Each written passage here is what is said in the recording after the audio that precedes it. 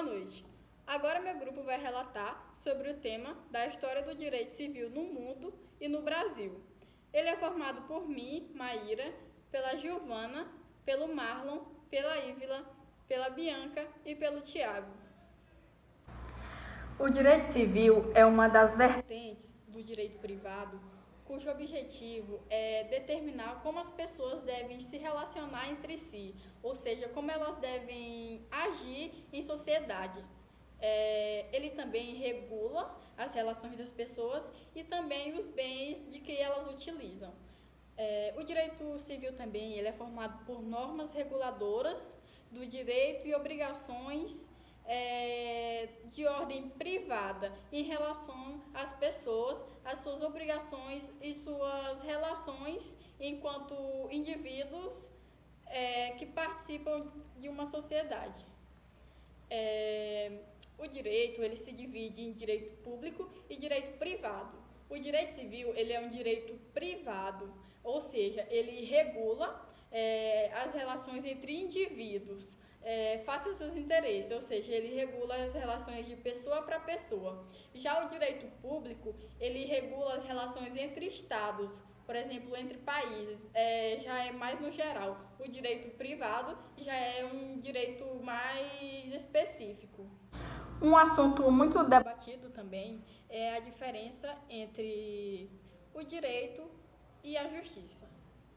O direito ele é um conjunto de leis que regem uma sociedade, ou seja, ele mostra a cada um seu direito e dever para que possa alcançar um bem comum.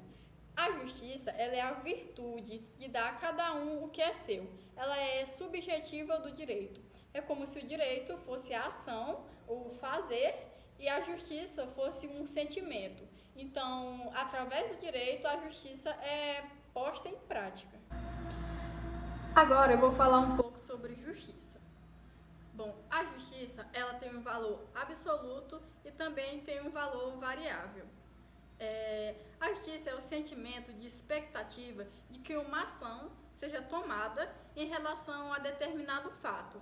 Por exemplo, se uma determinada pessoa comete um crime, provavelmente a sociedade vai esperar que essa pessoa seja julgada, né? Que ela sofra uma punição. Pode ser severa ou pode ser mais leve, dependendo do crime. Por exemplo, se uma pessoa tenta contra a vida de outra, ela vai receber uma punição muito maior do que a outros crimes. Se o indivíduo comete, por exemplo, uma corrupção, ele também vai ser punido, só que de uma forma mais leve, podemos dizer. E esse sentimento, ele é universal. Esse sentimento de que uma ação seja tomada como uma forma de justiça. Então, nesse ponto, a justiça tem um valor absoluto. Por outro lado, podemos ver como um valor variável, conforme o tempo e o espaço. Por exemplo, o que é justo para a nossa sociedade hoje em dia, no ano de 2020, há 30, 60 anos atrás, podia ser que a sociedade considerasse algo não justo e vice-versa. E também, o que é justo aqui no Brasil pode não ser justo lá na Rússia e entre outros países. Então, quanto mais heterogênea for a sociedade, maior é a diversidade dos conceitos de justiça. Por exemplo, aqui no Brasil, a nossa sociedade é muito heterogênea. Muitas pessoas são a favor do aborto, por exemplo, e muitas pessoas são contra o aborto, igual a pena de morte. Muita gente é a favor e muita gente é contra, ou seja, não há uma unanimidade. E é por isso que, nesse sentido, a justiça é considerada como um valor variável. Boa noite, o meu nome é Giovana e, como já foi explicado sobre o que é o direito civil, o que é a justiça, eu vim aqui explicar um pouco sobre o contexto histórico mundial do direito e como o direito antigo ele influenciou diretamente no direito civil brasileiro. Pode-se dizer que o berço do direito foi a sociedade grega, uma vez que conceitos como igualdade, liberdade, democracia já eram debatidos em praças públicas por filósofos. O pensamento aristotélico, por exemplo, ele citava sobre a necessidade de dividir os poderes para evitar o autoritarismo, ou seja, a tripartição dos poderes que nós conhecemos atualmente já tinha sido abordada pelo filósofo grego. Também é importante salientar que o direito na Grécia ele não era unificado, porque a Grécia ela era composta por cidades-estados que eram autônomas, ou seja, cada uma tinha o seu sistema jurídico. Além do direito grego, existia o direito romano, que influenciou bastante no direito civil brasileiro, até mais do que o grego, uma vez que o sistema jurídico romano ele passou por várias transformações conforme as formas de governo foram mudando, uma vez que a Roma já foi uma monarquia, já foi uma república e um império. Na fase do império, as leis elas eram escritas e valiam para todo o território, assim como o Código Civil brasileiro. No entanto, no direito romano, o direito civil ele se consistia em tudo aquilo que não era direito penal, ou seja, não havia uma distinção entre direito público e direito privado como nós conhecemos atualmente. E para isso, para nós termos essa distinção, foi necessário várias mudanças, vários outros códigos e várias outras civilizações que nos auxiliaram a chegar no que nós conhecemos atualmente como Código Civil brasileiro. Outro momento histórico de suma importância para a construção do direito civil no tempo foi a outorga do Código François por Napoleão Bonaparte, em 1804. Este código ele também é conhecido como Código Napoleônico e ele afirmava a propriedade privada e os interesses privados. Ele era extremamente individualista e extremamente patrimonialista. Também é visto que o Código francês ele foi um dos primeiros a separar o direito público do direito privado. E isso foi um marco no direito civil, uma vez que ele foi, pela primeira vez, separado do direito penal. Ou seja, nem tudo que era direito civil era direito penal. Outro código que separou, que distinguiu o direito público do direito privado foi o código alemão chamado Código BGB. Esse código ele tentava separar a imagem do Estado da imagem do interesse pessoal, do interesse privado. Ambos os códigos da era moderna, eles tentavam dissociar a figura estatal dos interesses privados, para que assim eles evitassem o absolutismo estatal que era tão presente na época. Com essas características que eu citei aqui, nós podemos perceber que o direito civil ele foi sim influenciado por todos esses marcos históricos e o nosso Código Civil brasileiro ele tem algumas características que foram citadas nesse vídeo. Eu sou o Marlon, eu fiquei com o direito canônico. Bom, o direito canônico ou direito canônico ele é o conjunto de leis e regulamentos feitos ou adotados pelos líderes da igreja para o governo da organização cristã e seus membros. Ela é a lei eclesiástica interna, que rege a Igreja Católica, as igrejas ortodoxas orientais e a Igreja Ocidental, e a comunhão anglicana de igrejas. A maneira pela qual tal lei está legislada, interpreta e, por vezes, adjudicada, varia muito entre três corpos de igrejas. Em todas as três tradições, um cânon é um cânon. Era originalmente uma regra adotada por um conselho e esses cânones formaram a base do direito canônico. O cânon virou direito canônico. O direito canônico ele é prometente da lei da Igreja Católica Anglicana. De forma geral, o direito canônico ele é semelhante ao modo legislativo judicial vigente no Ocidente, porém não é idêntico. As regras que são definidas pela Igreja Católica e pela Igreja Anglicana, como eu falei anteriormente, inclusive são fruto de um concílio ecumênico, ou seja, vai tratar de um direito forjado completamente no âmbito da religião. No islamismo, nem faz sentido falar do direito canônico, aliás, pois se acredita que toda lei é emanada da divindade. Como fé e lei não estão separados nessa religião, que é o que determina as chamadas teocracias. O direito canônico ele é um direito inadequado. Só que o direito canônico ele é um conjunto de normas que vai regular a vida na comunidade eclesial. O direito canônico ele está praticamente todo condensado no direito canônico mesmo. Neste diploma legal encontram-se regras do direito material e de direito processual, entre outros.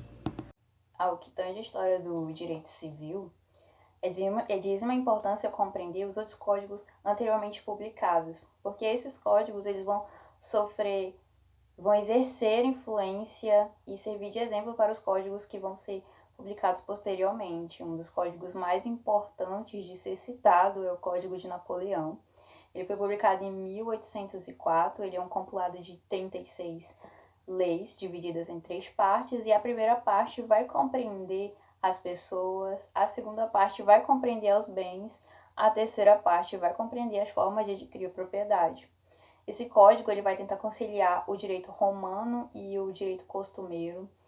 Ele vai ser alvo de críticas por ser considerado um código burguês, mas tem que ser levado em consideração que ele foi publicado em um período de revoluções, ele começou a ser escrito, a ser postulado, pensado na Revolução Francesa, que tem um caráter burguês.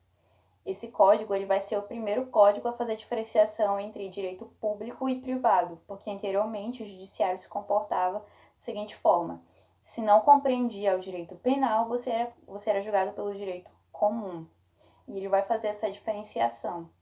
Ele foi escrito por 4 magistrados, ele demorou 4 anos para ser escrito, e ele vai ser influenciado por Napoleão. Por isso é denominado Código de Napoleão, porque enquanto estava sendo escrito, Napoleão exerceu influência na forma e no jeito que estava sendo escrito. Outro código que também tem que ser compreendido e também vale ser ressaltado, que é o Código Italiano. Ele foi publicado em 1865, ele vai diferir do Código Alemão, porque o Código Alemão vai ter um teor técnico e individualista, e ele vai ser mais claro. Ele vai trazer uma unificação para o período, que ele vai unificar o direito civil e o direito comercial. Ele vai ter um texto dividido em 6 partes, sendo elas a família, a propriedade, as obrigações, o trabalho e a proteção aos direitos. Então, nesse ponto, é perceptível que os códigos que foram criados depois, que foram escritos, que foram publicados, eles são uma metamorfose, foi um aprimoramento, a junção, ele vai entender que aquele ponto estava precisando de um ajuste, aquele ponto necessitava de um texto mais claro.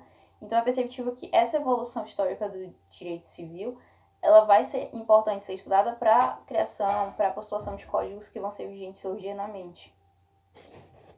É de imprescindível importância fazer a postulação de outro código, que foi o Código Alemão. Esse código ele entra em vigor em 1900 e ele, diferente do Código Civil napoleônico, ele vai ser uma divisão mais concisa sobre público e privado. Ele demorou 13 anos para ser escrito, ele tem um teor técnico, e ele é dirigido aos juristas, ou seja, o corpo de texto dele é bem mais técnico. Ele é dividido em 2 partes. A primeira parte é a parte geral, que vai se dirigir aos bens e os negócios jurídicos, e a segunda parte vai ser uma parte especial denominada, e ela vai ser subdividida em 4 partes. A primeira parte vai ser aos direitos reais, direito das obrigações, segunda parte. A terceira parte é o direito da família. A sexta parte, direito das sucessões. Ele também tem uma lei de introdução que vai referir ao direito internacional e privado. Ele é um código de muita importância, ele sofreu bastante influência sobre o código chinês e japonês, sendo até utilizado por um período e depois ele influenciou a modificação do código chinês e o código. Outro código que também tem que ser compreendido e também vale ser ressaltado, que é o Código Italiano. Ele foi publicado em 1865, ele vai diferir do Código Alemão, porque o Código Alemão vai ter um teor técnico e individualista, e ele vai ser mais claro. Ele vai trazer uma unificação para o período, que ele vai unificar o direito civil e o direito comercial.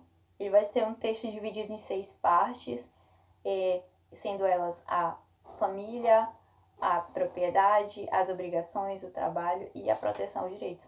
Então, nesse ponto é perceptível que os códigos que foram criados depois, que foram escritos, que foram publicados, eles são uma metamorfose, foi um aprimoramento, a junção, ele vai entender que aquele ponto estava precisando de um ajuste, aquele ponto necessitava de um texto mais claro.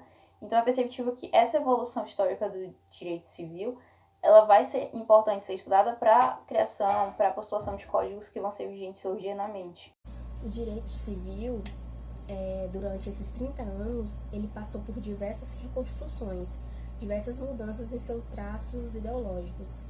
E no ano de 1804, o Código Civil francês teve seu posicionamento com seu surgimento, e acabou que marcou o início da sua codificação dentro do direito privado, tendo o patrimônio como uma premissa principal para sua execução. O Código Civil tinha e ainda tem a função de suprir as necessidades do cidadão, sendo contudo imutável. E o Brasil só começou a se codificar em meados do século XIX. Mesmo que o Código Civil francês já estivesse na frente nesse tempo, em 1899, o Código Civil foi redigido como um projeto que teve a sua aprovação apenas em 1916. Contudo, entrando em vigor no ano seguinte, em 1917. Tecnicamente, era um código bem feito, abrangendo a ideologia francesa em si, e era visto como um código universalista, que tinha como resolver as questões em sociedade. No século XX, o século XX foi marcado pelo avanço da tecnologia de reconstruções geopolíticas no mundo. Contudo, a sociedade conheceu o caso das codificações após a Primeira Guerra Mundial, a partir do momento em que também conheceram o Tratado de Versalhes no Brasil, logo após a década de 30. O caso das codificações mostra o começo de quando o código acaba perdendo o seu status, acaba perdendo o seu valor, né? O seu posto ali, e que acaba perdendo tudo aquilo que ele dava possibilidade de resolver todos os litígios sociais. E com isso acabou surgindo a descodificação do direito civil, pois as leis especiais começaram a ser reconhecidas ao se mostrar. E sabemos que o código tinha sim as suas vantagens, mas assim como existe os dois lados de uma moeda, cara e coroa, não era diferente com o Código Civil. Tinha suas vantagens e suas desvantagens também. O direito, nas suas normas, por um lado, o Código Civil transmitia segurança, e por outro, a insegurança, não podendo conter todas as normas, aplicando especificamente as necessidades sociais. E porque a história a cada dia ficava mais complexa devido à evolução e devido ao que essas codificações trouxeram. Juntamente ao Código Civil, há várias outras leis que foram criadas formando um polissistema. São elas as leis de registros públicos e de investigação à paternidade.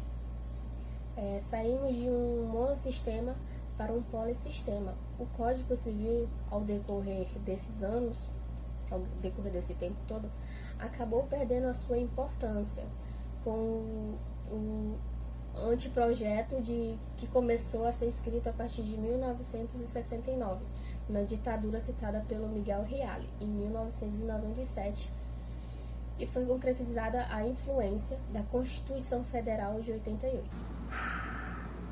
Boa noite. Meu nome é Tiago, como já foi apresentado pela nossa nobre colega Maíra, né? Faço parte deste grupo, deste maravilhoso grupo, por sinal, onde os meus nobres colegas já trouxeram anteriormente conceitos como o que é a justiça, qual a necessidade que houve ao longo do tempo, ao longo dos séculos, de haver uma evolução, uma adaptação, uma nova compilação de códigos ao longo do tempo, tá? Essa evolução, ela é extremamente necessária, porque a justiça, como a Maíra colocou, ela procura trazer para a sociedade uma resposta de conflitos que se apresentam entre as partes. E o Código Civil, a partir do Código Napoleônico, como foi explicado pela Giovana, o Código Civil, ele veio justamente a partir dessa divisão. Hoje nós temos o Código Civil, nós temos o Código Tributário, Código Previdenciário, Código Trabalhista, Código Penal, Código de Trânsito. Existem vários códigos, tá, que eles são necessários para regular a sociedade, para regular as ações dos cidadãos, para que o meu direito não invada o direito do próximo, certo? O direito civil, como foi falado, ele vem evoluindo para... O direito civil, como foi falado, ele vem evoluindo para acompanhar as necessidades da sociedade, tá?